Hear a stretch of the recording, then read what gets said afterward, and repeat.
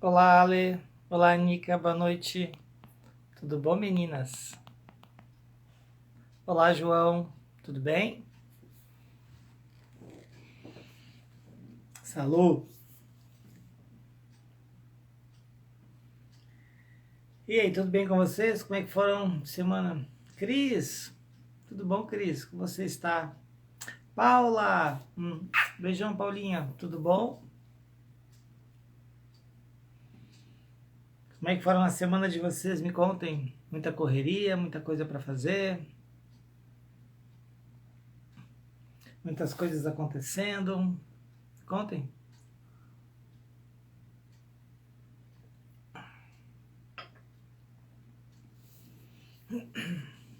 Espera um pouquinho até o pessoal começar a se conectar. Olá, Mônica, tudo bom? Tudo jóia? Semana cansativa, Paula? Olá, Érica. Tudo bem, Érica? Quem mais está entrando ali? Muito plantão, Anica?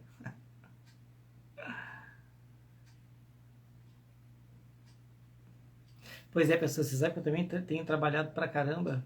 Nossa, essas questões de pandemia e tudo mais. Também estou com 2 projetos de livro já bem engatilhado. Tomara que a coisa aconteça o quanto antes. Olá, Fernando, tudo bom? Como você está, meu camarada? Tudo jóia? Prazer te encontrar aqui também, Fernando. Prazer.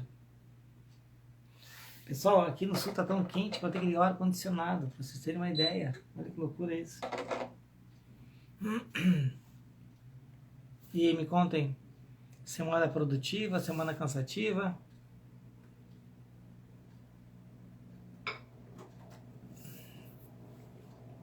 Eli, vai maninha. Que bom, Fernando, bom saber que tá tudo ótimo com você. Opa, Francisca, bom te ver aqui, Francisca, tudo bem? Ô, querido. Fernando, amigo querido, obrigado. Sabe que a parceria de aprendizagem é mútua. Amanda, que saudade de você, Amanda. Beijão pra você, tudo bem?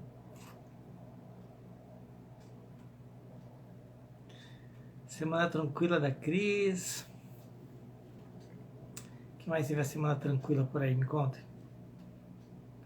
Pessoal, a gente viver tranquilidade no Brasil também é complicado ultimamente, mas vamos acreditar que vai ficar tudo tranquilo, vai ficar melhor, né? Mana, que saudade! Beijão, que bom que você está aqui também. Elis, que legal você, que bom. Seja bem-vinda. Muito bom ter vocês aqui, pessoal. Dá mais um minutinho para fechar esses 5 minutinhos de início e a gente já vai iniciar já a nossa live dessa sexta-feira. Eu acho que tá bem legal. Vitória, que bom que você apareceu, Vitória. Um beijo. Muito bom te ver aqui, Vitória. Legal. Prazer mesmo.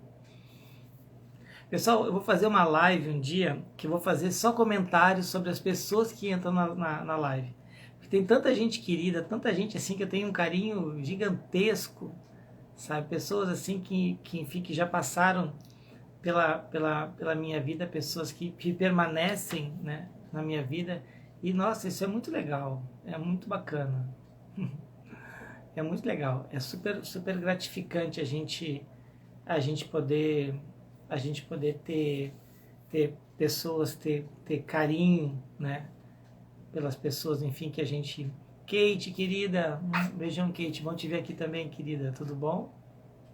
Aline, oi Aline, que legal, beijo pra você também, Aline. Olá, oi Ronise, tudo bom, Ronise? Quanto tempo, Ronise? Ixi, pessoal, a Francisca está dizendo que não tem som. Vocês estão me ouvindo? Me deem feedback, me deem um joinha aí, para eu saber se vocês estão me ouvindo ou não. Vocês estão me ouvindo? Oh, querida Regina, beijo grande, querida, você também. Tá, o som tá legal. Francisca, então acho que tem que dar uma olhadinha no teu celular. Não sei o que aconteceu, dá uma olhadinha aí, Francisca. Ouvindo ok? Ok, obrigado, pessoal.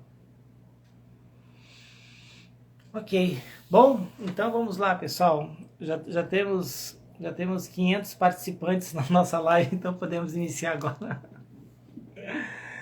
Ai, ai. Então, pessoal, deixa eu arrumar aqui que tá um pouquinho torto. Pronto. Então vamos lá. Hoje a ideia é da gente trocar figurinhas sobre o tema dessa semana, que é softwares afetivos e a massificação emocional. Na chamada da live eu fiz uma provocação. Eu cantei aquele jingle do McDonald's, né? 2 hambúrgueres, alface, queijo, molho especial, cebola, picles, um pão com gergelim. É Big Mac. Pessoal, eu vou começar explicando a metáfora do título para que a gente possa entender melhor de onde é que eu parti para fazer essa live. Bom, primeiro, quem me acompanha sabe que os títulos das minhas lives eu já procuro ali trazer algum tipo de inquietação, algum tipo de provocação, algum tipo de estranhamento muitas vezes, porque a ideia é da gente começar a refletir já desde o título, a gente começar a pensar sobre os assuntos desde o título.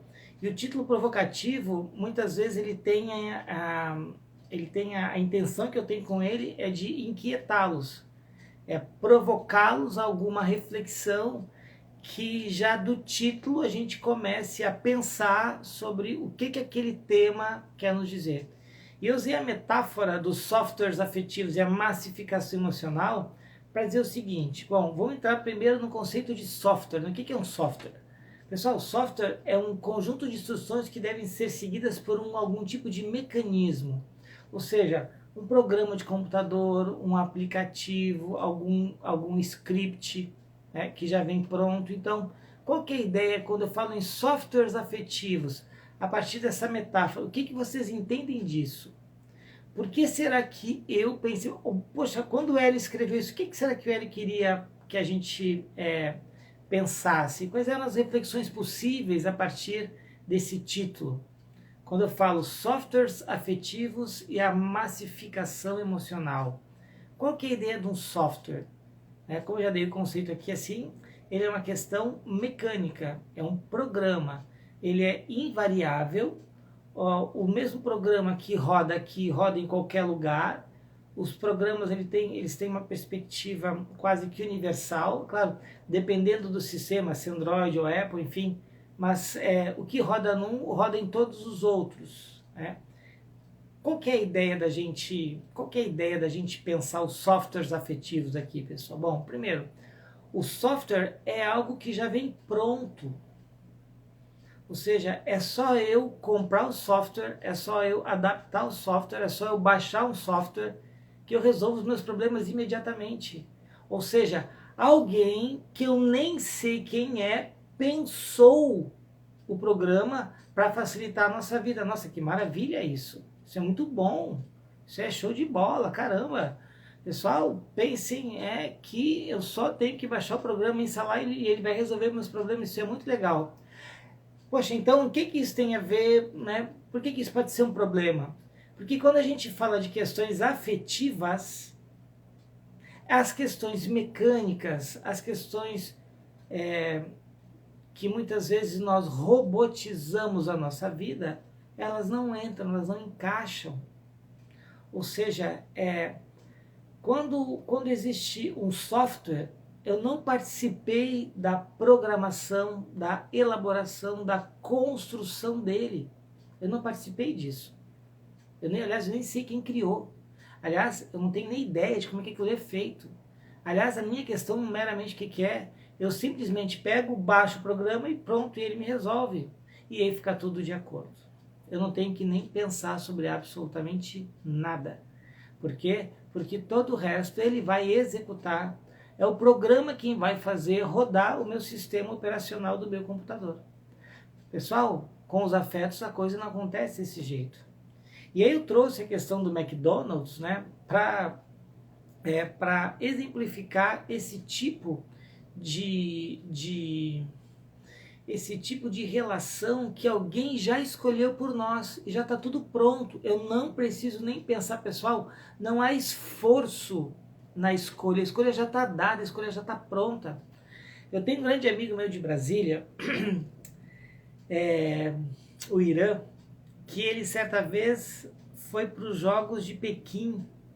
Os Jogos Olímpicos de Pequim foi 2012, né? Se não me falha a memória, acho que foi 2012. E ele foi para Pequim, queria ir para as Olimpíadas, não sei o que, ele foi para Pequim. Só que ele não sabia falar inglês, tampouco mandarim, arranhava mal e parcamente um espanhol, mas olha, muito ruim. E ele foi para Pequim. Ele chega lá, ele não entendia nada, aquelas placas para ele, aquilo era o caos, a ausência de significado completo. Ele tentava algum tipo de contato e não sabia nada, enfim, totalmente perdido no mundo, perdido na vida. Só que, para sorte dele, ele achou um McDonald's. E o que ele fez? Ele não sabia falar, ele só fez assim, ó.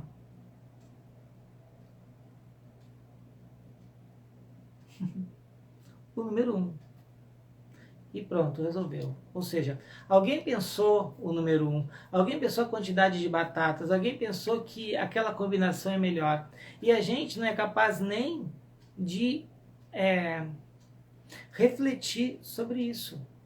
Isso está tão impregnado na nossa cultura, esses padrões eles já vêm tão prontos na nossa cultura, que a gente acaba nem refletindo sobre absolutamente nada.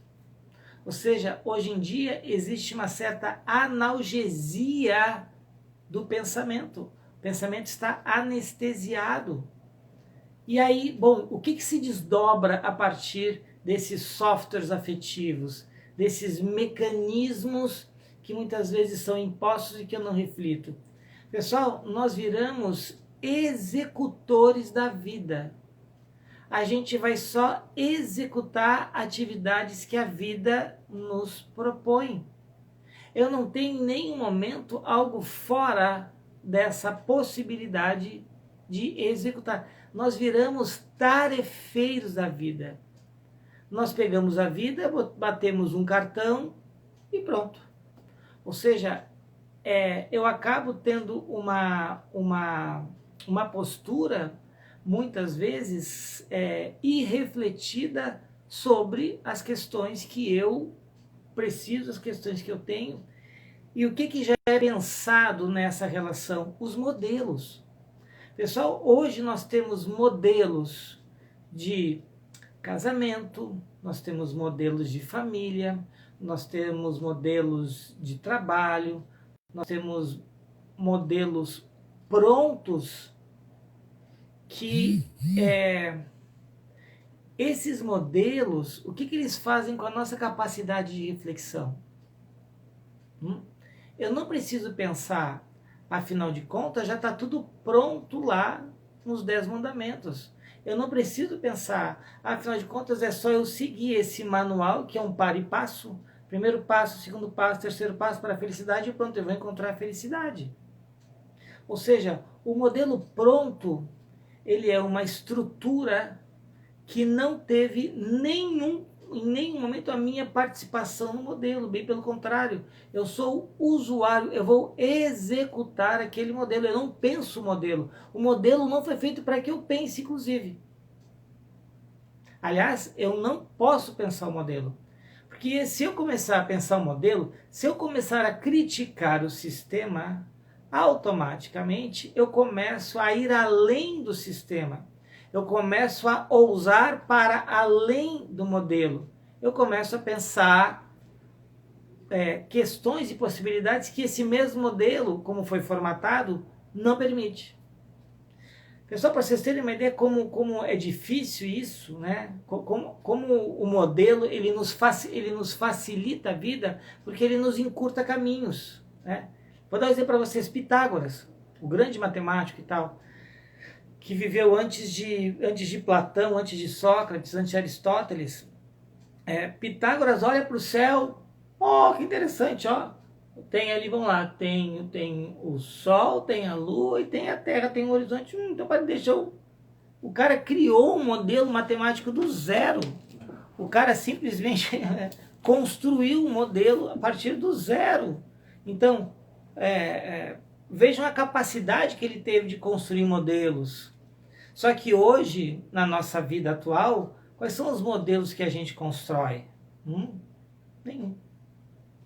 Os modelos são dados, os modelos são prontos e nós precisamos apenas nos adaptar. Os modelos hoje, pessoal, eles são coletivos. Os modelos hoje, eles são trilhas estabelecidas. Eu só preciso seguir aquele roteiro que não tem inovação, não tem absolutamente nada. É um GPS mental. A Anica falando aqui, o ratinho do laboratório, é exatamente isso. Então assim, ó, quando o modelo já está pronto, quando eu não preciso fazer mais nada, ora, o que me cabe?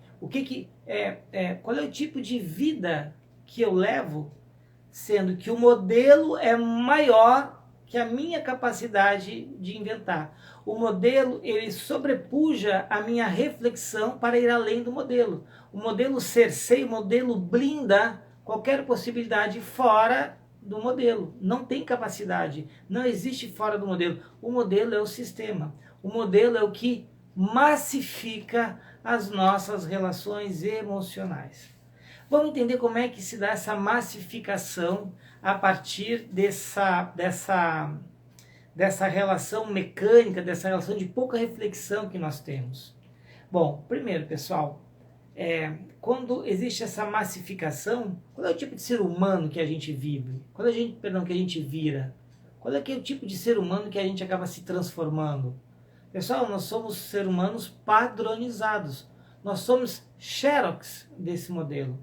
E muitas vezes a gente acaba sendo marionete desse modelo porque a gente não consegue pensar.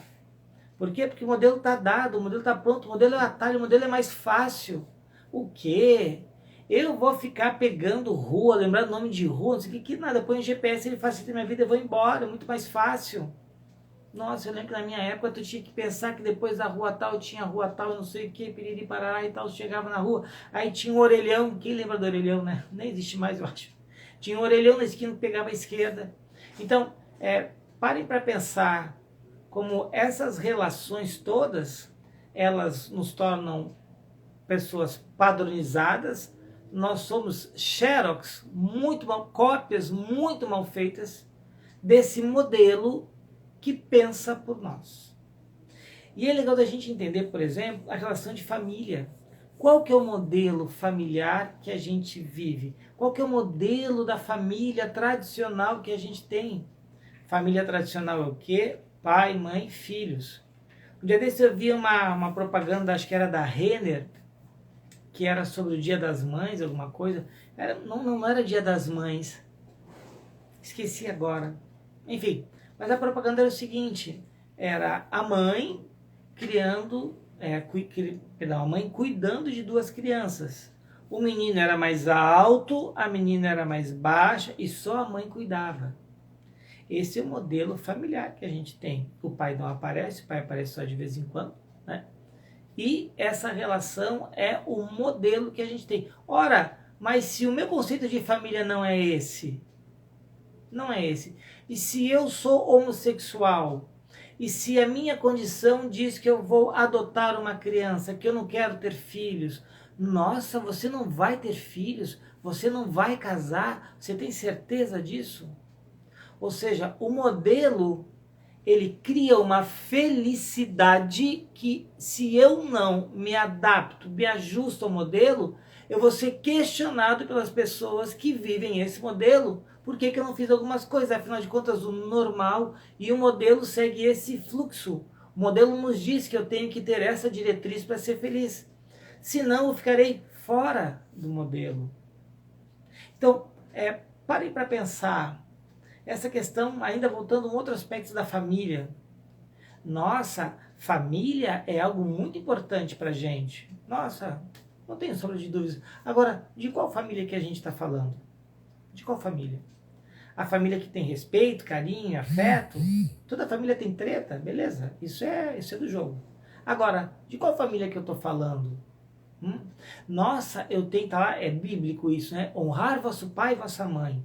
Então, ou seja, eu tenho que honrar o meu pai e minha mãe. Ou seja, meu pai e minha mãe podem ser pais abusadores, podem ser pais pedófilos, podem ser pais tiranos, podem ser pais que atravancam o meu caminho, a minha evolução, mas eu tenho que honrar meu pai e vossa mãe. Percebam que o modelo, muitas vezes, ele é castrador. O modelo não te permite, mas pare, por que mesmo que eu tenho que gostar do meu pai se meu pai me abusava quando eu era criança? Por que eu tenho que gostar da minha mãe se minha mãe foi omissa o tempo inteiro? Por que eu tenho que amar minhas irmãs se eu só apanhava delas quando eu era criança? Por que eu tenho que... Então, como é isso mesmo? Não, tu não pode questionar, porque o modelo diz que você tem que honrar o vosso pai e vossa mãe.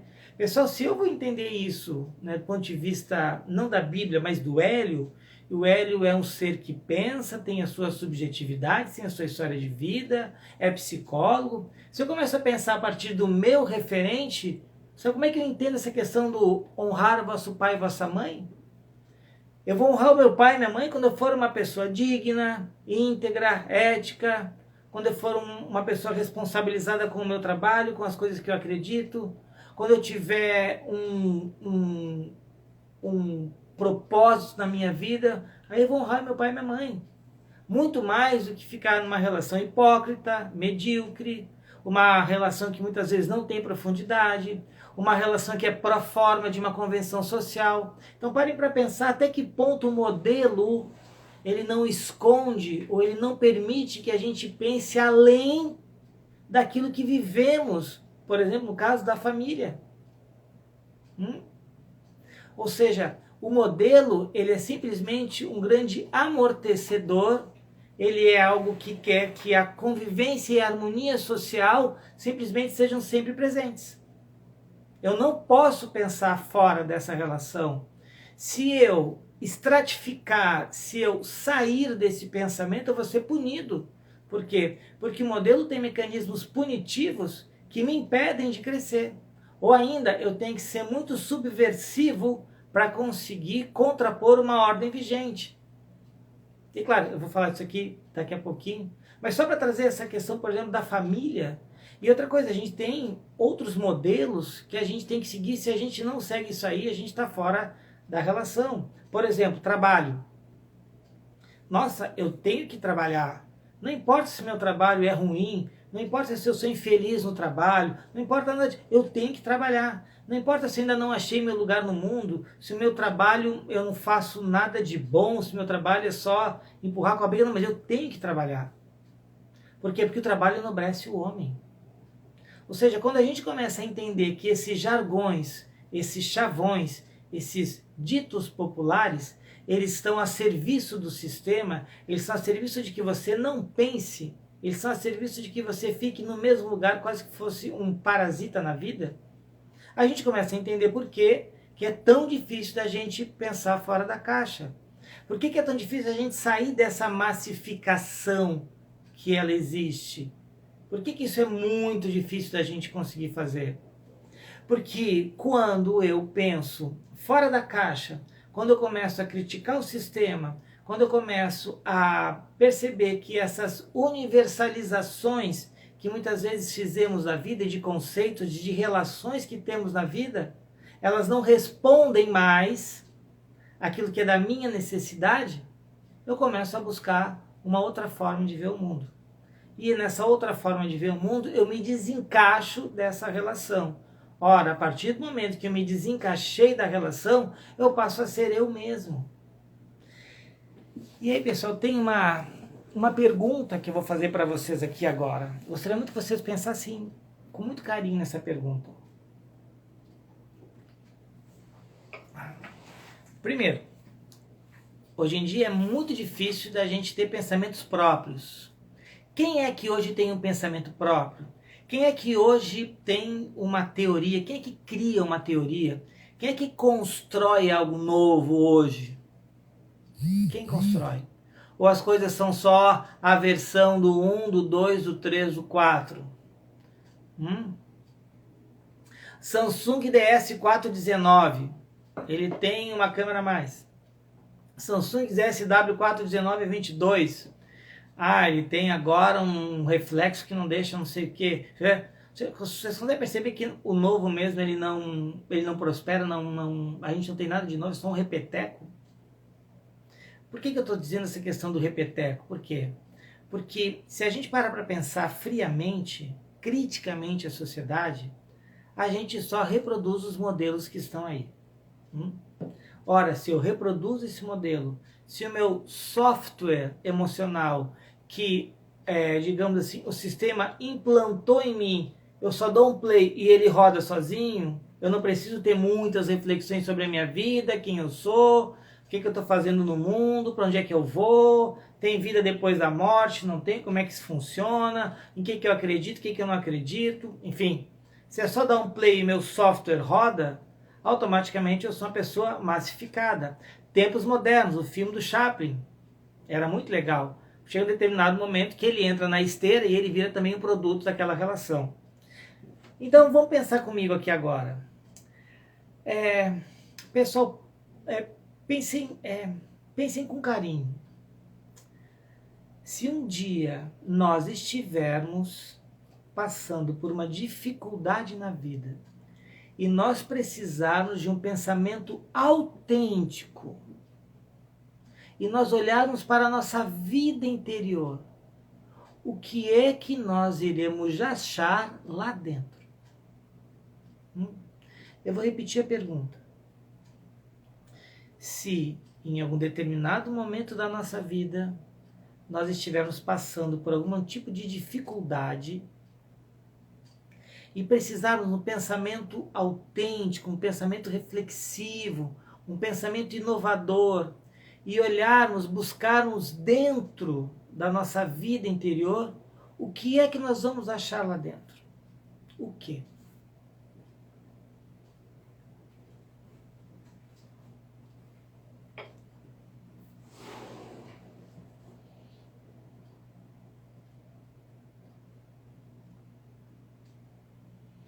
O que nós vamos achar lá dentro, pessoal? O quê?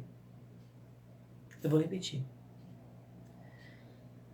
Nós estamos passando por um momento difícil na nossa vida, precisamos de um pensamento reflexivo, de um pensamento autêntico, inovador, e nós olhamos para dentro da nossa vida interior. Pessoal, o que nós iremos achar lá dentro? O quê? Medo dessa pergunta, Dani? O que nós vamos achar lá dentro, pessoal? Me contem o quê? O que a gente vai achar aqui dentro? O quê? Eu fui uma pessoa que segui modismos, eu fui uma pessoa que segui modelos estereotipados, eu fui Maria vai com as outras, eu tive poucas reflexões sobre a minha vida. O que eu vou achar aqui dentro? Um vazio? Uma dificuldade pode ser um sinal, depende. O que eu vou achar, pessoal?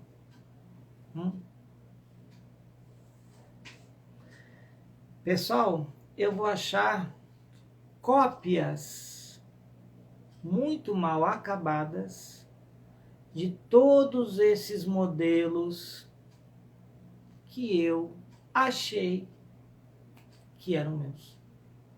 Eu vou repetir. Eu vou achar, pessoal, cópias muito mal acabadas das relações que eu tive, dos modelos que eu achei que fossem meus. O que eu quero dizer com isso, pessoal? Quero dizer que não tem como, se eu não tiver crítica, se eu não tiver leitura, se eu não tiver reflexões, se eu não tiver pensamento, se eu não tiver... Pessoal, essa cópia vai continuar lá dentro. E ela vai continuar reverberando lá dentro. Pessoal, é uma cópia, é uma xerox, é uma pantomima, é uma relação mimetizada. Ou seja, eu não tenho a minha essência nesse momento para me favorecer. Ou seja, a minha vida interior, ela não pode ser massificada. Eu não posso ser uma pessoa massificada. Porque cada vez que eu me massifico mais eu me alieno. Quer ver? Eu acho um barato as pessoas dizerem, não, não, não, eu não vou, eu escolhi não falar sobre isso. A gente tá com eleições municipais agora aqui em Porto Alegre, enfim, todo o Brasil, e é maior barato, porque assim, eu vejo, participo de alguns grupos de WhatsApp, mas é maior barato porque as pessoas dizem, não, não, não, não, eu escolhi não falar de política, minha escolha é essa. Desculpa, meu amigo, mas você escolheu pela pior escolha, que é da alienação. Ou seja, se eu não debater, se eu não conversar, se eu não falar, o que vai acontecer? Pessoal, o que está por trás disso? O que move esse tipo de alienação? O que move os modelos? O que move os modelos? Por que eu tenho que começar a achar que isso é bom e aquilo não é? Por quê? Pessoal, parem para pensar numa questão aqui agora. Segunda pergunta de hoje que eu vou fazer para vocês. Segunda pergunta que eu vou fazer para vocês hoje.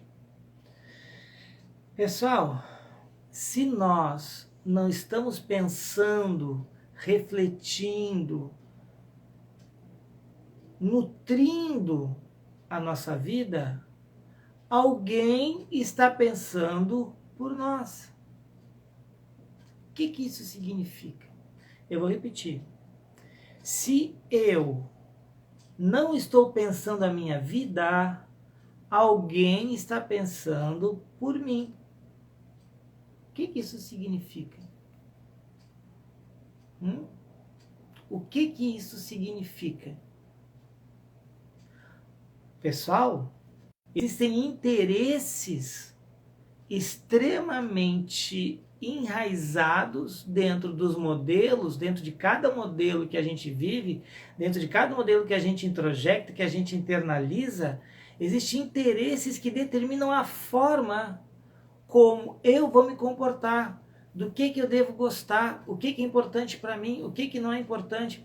Vou dar um exemplo para vocês para ficar mais claro isso. Eu lembro que a minha infância e parte da minha adolescência, eu adorava os filmes do James Bond, o 007, o espião britânico. Vocês lembram quem eram os inimigos do Sean Connery, que foi talvez o grande 007 da minha época? Vocês lembram quem eram, os inimigos do Sean Connery? Os inimigos da coroa britânica, quem eram? Qual era a nacionalidade dos inimigos da coroa? Qual era a nacionalidade, vocês lembram?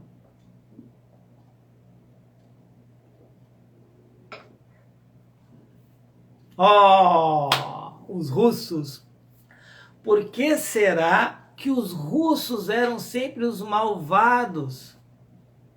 Por que será mesmo, hein?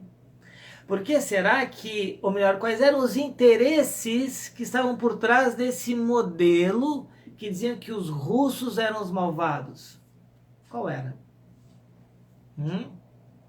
Hoje em dia, quem são os vilões que o 007 tenta combater? Quem são os vilões? Quais são as nacionalidades desses vilões hoje? Quais são? Quais são hoje? Quais são as nacionalidades, que hoje é mais de uma, né? Quais são?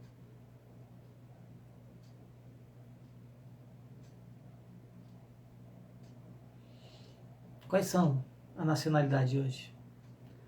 Pessoal, sem sombra de dúvida, todos hoje são asiáticos. Os islâmicos, antes. São todos hoje são asiáticos. Coreanos, chineses, norte-coreanos, tailandeses, asiáticos de uma forma geral. Por que será isso mesmo? Então percebam que quando eu começo a entender esse processo, o que está por trás desse processo, eu começo a botar a cabeça para fora do buraco e, opa, parei, eu vou pensar de uma outra forma. Eu não vou comprar o modelo, eu não vou comprar o sistema, e eu vou poder sim agora sair de ser essa massa de manobra que muitas vezes a gente se torna. Pessoal, querem ver como é que isso funciona na minha prática clínica? Quero ver como é que, se eu tivesse um pensamento massificado, eu não conseguiria acessar algumas questões que estão da ordem da subjetividade das pessoas. Vou trazer primeiro o estudo de caso aqui. Uma mulher, Mary Jane, chega para mim no consultório. Mary Jane, 40 e poucos anos, uma mulher e tal, chega muito debilitada, muito fragilizada, deprimida, porque a mãe morreu. Não sei se eu já contei esse estudo de caso aqui, mas enfim, acho que vale a pena contar de novo. Tem algumas pessoas que talvez ainda não tenham tido contato com isso. Mary Jane chega para mim deprimida, a mãe morreu. Ora, pessoal, querem coisa mais fácil? Qual que é o modelo que eu vou pensar nesse caso? Ora, a mãe morre, ela vivia só ela e a mãe, pronto, ela deprime. Querem equação mais lógica, mais linear, mais fácil de entender do que essa? Pois bem, na terapia que eu faço, eu parto de uma teoria chamada Teoria da Subjetividade, do professor Fernando Gonzalez Rey. E a teoria da subjetividade, a gente vai entender o que está por trás dessas relações, o que está por trás do modelo. E o que nós fizemos nessa terapia? Nós criamos um modelo específico que responda às necessidades dessa pessoa. A subjetividade, ela é a antítese da massificação. A subjetividade, ela é o contraponto dos softwares afetivos. Por quê? Porque ela não vai se prender nessa equação lógica, linear, egóica de tão fácil, tão racionalmente aceita. A gente vai entender o que está por trás dessas relações. Pois bem, veja que interessante. Mary Jane chega para mim deprimida e tudo mais. Vocês sabem por que ela estava deprimida? O que vocês imaginem que ela pudesse gerar depressão nela? Por que mesmo que ela estava deprimida? Por quê?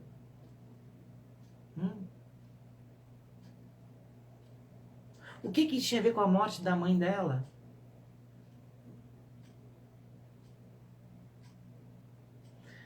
Quando a gente começa a terapia, a gente começa uma série de perguntas para ver se as nossas hipóteses fazem sentido, para ver se aquilo que eu estou pensando de fato tem a ver com a vida da pessoa. Pessoal, vejam que interessante. Conforme a gente começou a avançar na terapia, a Mary Jane começou a abrir alguns arquivos da vida dela para que eu entendesse melhor qual era a relação que estava dada. Pois bem, Mary Jane foi a filha que os pais escolheram para que ela cuidasse deles na velhice.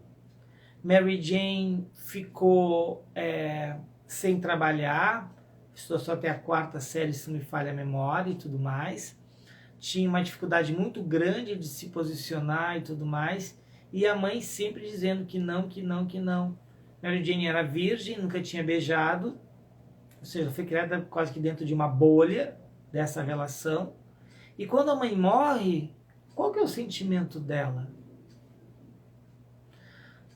O sentimento dela é de felicidade. Felicidade é pouco. Ela dava urros de alegria.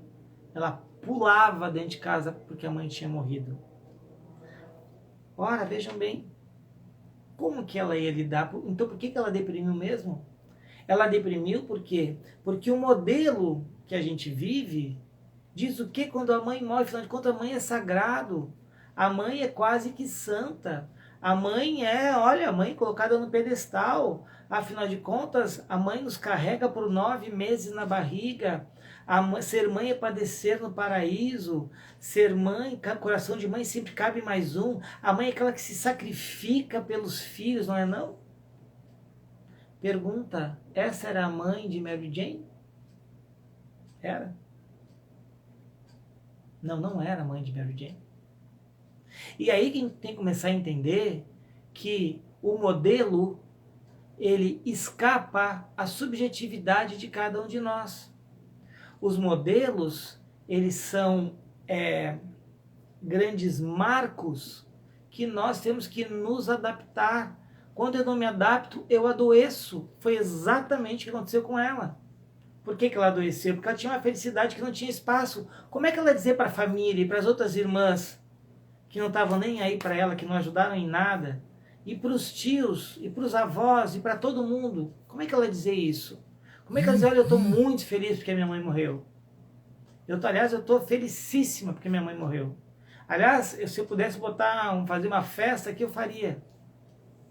Conseguem perceber que quando as nossas emoções, quando os nossos sentimentos, quando a nossa subjetividade, ela é maior, ela transcende o modelo vem numa relação punitiva, castradora, que não permite que você seja quem você é. Você tem que ser aquilo que o modelo determina para você. Nossa, olha que interessante. Eu não posso ser eu. Não. Ela não podia ser feliz porque a mãe morreu. Não. Afinal de contas, a mãe cuidou dela. Vejam que interessante. Olha o conceito de cuidado que estava colocado nessa relação. Então, quando a gente para pensar o que de fato está colocado no modelo, o modelo não responde às necessidades da pessoa. O modelo não respondia às necessidades de Mary Jane. Aliás, o modelo era justamente o tamponamento de qualquer capacidade que Mary Jane teria. E é claro que aí a gente tem que entender também o porquê que Mary Jane não conseguiu sair. Lembre, pessoal, o GPS ele é uma grande comodidade para nós. A partir do momento que eu coloco o GPS, tudo flui, eu não preciso pensar em mais nada. Coloco o GPS e ele me leva, dobra à direita, dobra à esquerda, né? Ou seja, o modelo que a mãe deu para ela, ou que a mãe impôs, ela tinha vários ganhos nessa relação. Ela não era a coitadinha da relação. Então parem para pensar que a questão do modelo, ela não é boa nem ruim. Ela é apenas uma relação dada em que cada um de nós elabora subjetivamente o modelo e cada um de nós muitas vezes constrói outros modelos. Só que para que eu consiga fazer essa construção de outros modelos, eu tenho que ter vida interior. Eu tenho que ter uma força, eu tenho que ter uma necessidade, eu tenho que ter um sentido que me mobilize para que eu consiga sair dessa relação. Senão, o que acontece muitas vezes? Nossa, o modelo é repressor, logo nós somos vítimas do modelo. Pessoal, em todos os modelos, falo do ponto de vista histórico, em todos os modelos ditatoriais, nós no Brasil estamos tendo um agora e tivemos um recentemente, em todos os modelos ditatoriais sempre existe um ato, um conjunto de pessoas que subvertem uma ordem e fazem uma revolução, ou trabalham nos processos de contracultura dessas mesmas relações. Ou seja, sempre existe uma forma de subverter o modelo vigente.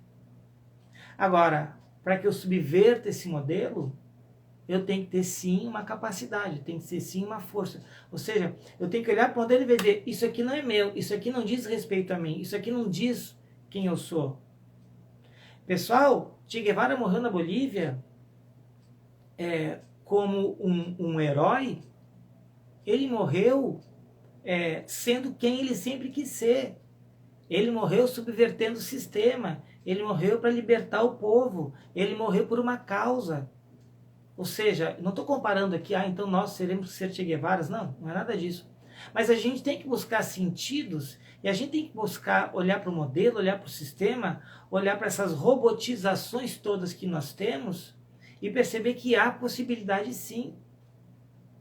Eu esqueci o nome agora, pessoal, daquele jornalista que ele teve um AVC, ele é francês, ele teve um AVC, ele estava de carro, teve um AVC, sofreu um acidente, e ele só conseguia mexer um olho só. O Escafandro e a Borboleta, é o livro, acho que saiu o filme também, acho.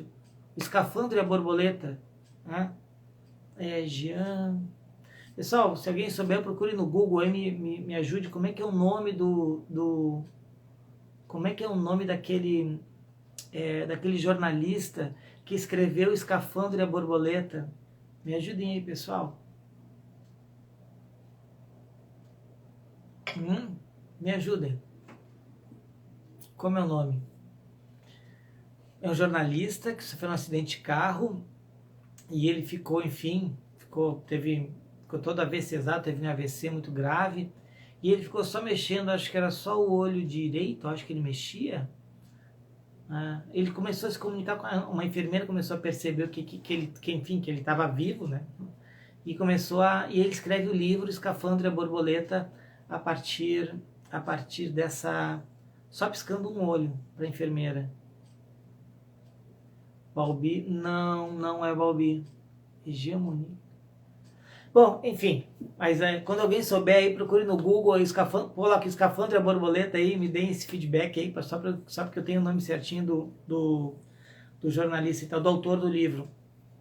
Por que eu estou trazendo esse cara?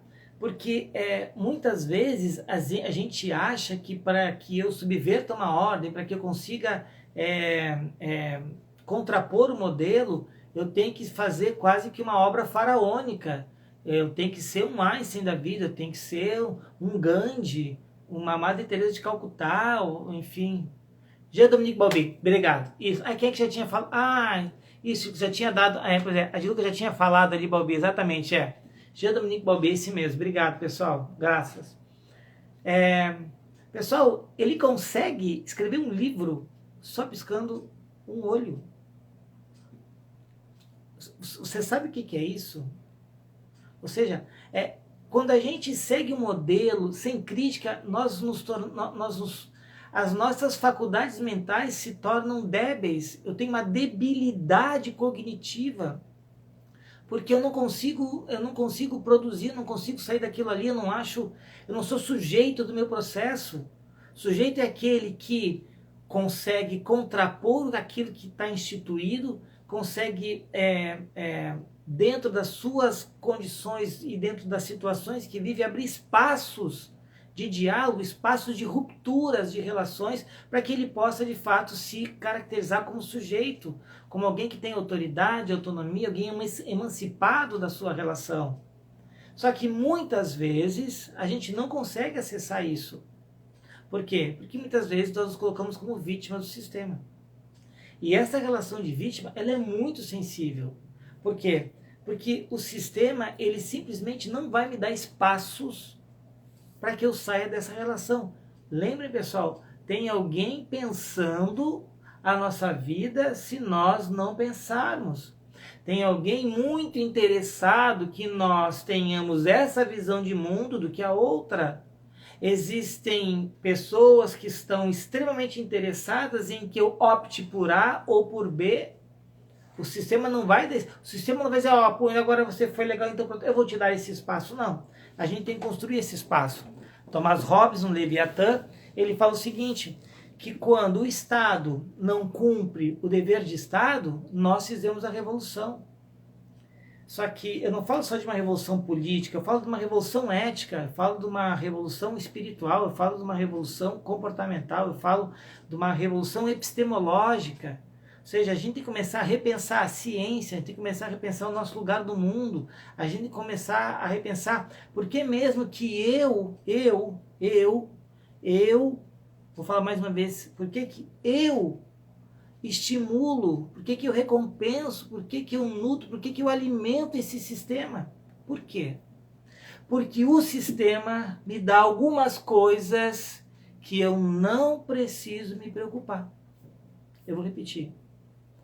A gente adere ao sistema, a gente gruda no modelo, porque esse modelo faz sentido na minha vida. Pega um exemplo bem básico, assim, que todo mundo já deve ter visto. Política. Os políticos são todos iguais, eu não sei o que, isso não vale nada. Beleza. Você sabe do político que você votou na última eleição? Você lembra? Você acompanhou o que ele fez na Câmara? Você acompanhou o que ele fez na Prefeitura? Você acompanhou? Você teve interesse de... Não, isso aqui não é para mim, não tenho tempo. Beleza. Quanto menos você tiver engajamento social e político, mais as pessoas vão estar pensando a sua vida. Quanto menos leitura, quanto menos capacidade crítica, quanto mais alienado nós formos, pessoal, mais alguém vai estar pensando a nossa vida. mais alguém vai estar pensando a forma como a gente deve pensar, a forma como a gente deve agir, a forma como a gente deve se vestir, e por aí vai. Trazer um outro estudo de caso para vocês. Certa vez chegou para mim Mary Jane, uma senhora de 66 anos, que ela foi estuprada no parque da cidade em Brasília. Nossa, pessoal, qual é a primeira coisa que a gente pensa? Que uma mulher estuprada, ela vai invariavelmente ficar traumatizada. Pergunta para vocês, quantas vezes o estupro apareceu na terapia? Ela fez 3 anos e meio de terapia comigo. Quantas vezes o estupro apareceu na terapia?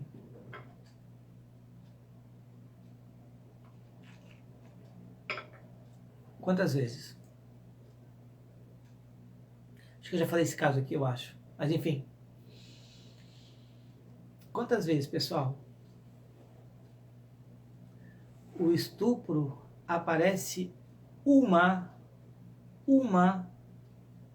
única vez. O estupro aparece uma única vez na terapia. Então, parem para pensar. Bom, vamos entender o caso, então. Mary Jane, uma mulher, 66 anos, muito católica. Até hoje ela desenvolve um trabalho magnífico na comunidade dela. Ela é uma pessoa extremamente voltada para a família, filhos, marido. Ela estruturou a personalidade dela em três grandes blocos, em 3 grandes pilares, que foi o quê? O casamento, a religião e a família. Pois bem, o que gerava dor, o que gerava sofrimento, o que estava para além do modelo, do trauma que ela viveu? O marido chegava para ela, você é uma imunda. O marido chegava para ela e dizia, você é uma imunda. Os filhos diziam, o que você tinha que estar caminhando no parque da cidade às 10 horas da manhã? Você tinha... Percebam, pessoal, que o que gerava dor, sofrimento nela, o que de fato tinha a ver com a subjetividade dela, o que traumatizou ela de verdade foi o fato de que o modelo que ela construiu baseado na família, família é tudo de bom, família vai nos dar tudo que a gente precisa, família é nossa âncora, a família é algo, nossa, magnífico, fabuloso, a família sempre vai estar com as portas abertas para nos... O que a família dela fez? O que os filhos fizeram? O que o marido fez? O que gerou dor e sofrimento foi ela ter que recriar os pilares da vida dela. Foi ela perceber que ela construiu toda a vida em cima de um castelinho de areia. Veio o primeiro vento, a primeira onda. Ou seja, quando a chapa esquentou de verdade, o que aconteceu? Ela simplesmente sucumbiu. Então, pare para pensar. Como é que eu posso ter um pensamento massificado de que o casamento é tudo de bom? O casamento é indissolúvel. O que Deus uniu, o homem não separa. Cuidado, porque nessas relações massificadas eu não tenho espaço para o meu sentimento. Eu não tenho espaço para questionar o meu casamento. E a gente pensa que questionar, nossa, eu vou questionar, vou criticar, então pronto, vou acabar com o meu casamento. Não, não é isso. Bem pelo contrário. A crítica muitas vezes é saudável, a crítica muitas vezes nos coloca num outro patamar, a crítica faz com que eu veja aspectos da relação que eu não conseguia ver antes. Então, assim, será mesmo que eu tenho que acreditar? Será que eu tenho que massificar o meu pensamento? De novo, só apertei ali, pronto, a minha vida vem pronta como se fosse um software afetivo? Não, pessoal, a vida não é isso. Bem pelo contrário. Quanto mais massificado eu sou, ou eu estou em alguma dimensão psíquica da minha vida, menos capacidade eu tenho de elaboração, menos capacidade eu tenho de simbolizar. Pessoal, é muito interessante no processo terapêutico, quando quando a pessoa se depara com um problema, com uma aflição, com uma angústia, com com uma situação aversiva no seu processo, aquelas pessoas que conseguem simbolizar, conseguem abstrair, conseguem, tenho problema, não, parei. O que está por trás desse problema? Quais são os meandros que compõem? Como é que se configuram essas relações na subjetividade? As pessoas que conseguem ter essa capacidade de simbolização, essa capacidade afetiva, emocional, essa capacidade de abstração, elas conseguem sair, elas conseguem achar saídas para os seus problemas de uma forma muito mais tranquila, por assim dizer, do que aquelas pessoas que têm baixo nível de simbolização. Ora, como é que eu consigo simbolizar? Pessoal, eu começo a olhar para a minha vida e começo a questionar. Eu não vou ser uma pessoa massificada. Ou seja, ok, tem um modelo aqui, mas o que é meu desse modelo? O que eu posso me separar desse modelo? O que esse modelo não responde às minhas necessidades? Eu vou criar o meu modelo. Mas para que eu crie o meu modelo, eu tenho que ter essa capacidade, essa condição. Do contrário, pessoal, eu não consigo acessar, eu não consigo avançar. Certa vez perguntaram, estamos já quase chegando no finalzinho, e na chamada eu falo, o que Einstein tem a ver com tudo isso? O que Steve Jobs tem a ver com a nossa conversa de hoje, nossa live de hoje? Certa vez perguntaram a Einstein, né, se a ciência era capaz de mudar o mundo. Ele falou, a ciência não. A imaginação é mais importante do que a ciência, porque a ciência é limitada, ao passo que a imaginação é capaz de mudar o mundo. Einstein falou isso, olha só. Einstein foi um cara tão imaginativo, foi um cara tão criativo, foi um cara tão genial, que ele elaborou, ele imaginou um modelo que anos depois conseguiram comprovar matematicamente o modelo dele. Steve Jobs falou uma vez perguntaram a Steve Jobs, você não tem medo não que a tecnologia ela acabe, digamos assim, superando, tirando seu emprego? O Steve Jobs falou, o meu emprego?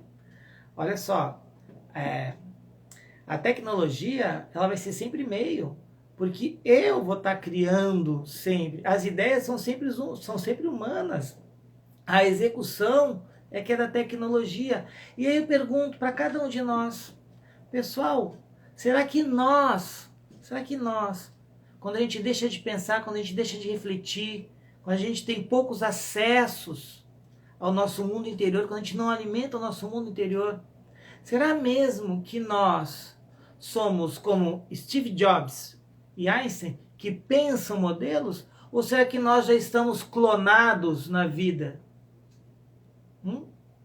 Será que nós não somos robôs apenas executando a vida?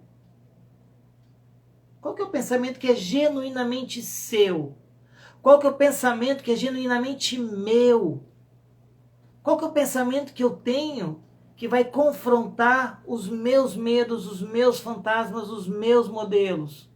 Quais pensamentos são meus de verdade? Ah, mas eu tenho medo da tecnologia. Pessoal, a gente deveria ter medo de verdade, sabe o que é? É da falta de reflexão, da falta de leitura, da falta de cultura. É disso que a gente deveria ter medo. Eu vou pensar um aplicativo como um sistema, como um software, e eu vou continuar alimentando isso, porque eu pensei antes do sistema. O sistema só responde à minha capacidade. Por que vocês acham que se faz tanta pesquisa de opinião? As pessoas querem saber o que a gente pensa para quê? Para bolar alguma coisa que atenda a necessidade. Pronto, facilita a tua vida, então não precisa mais pensar. Mas alguém que pensou, esse alguém vai estar na frente. O conhecimento hoje é o que move o mundo. O que move o mundo hoje? É o conhecimento. Ora, pessoal, falando da minha área da psicologia, nós não temos uma teoria que seja genuinamente brasileira.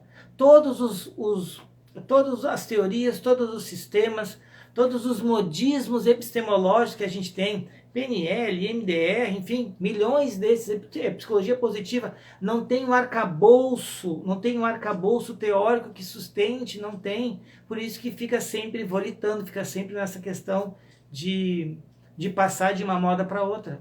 Está acabando o nosso tempo, parem para pensar. Qual pensamento é genuinamente seu? Você deveria ter medo de não pensar, não da tecnologia. Um beijo, tchau, até a próxima.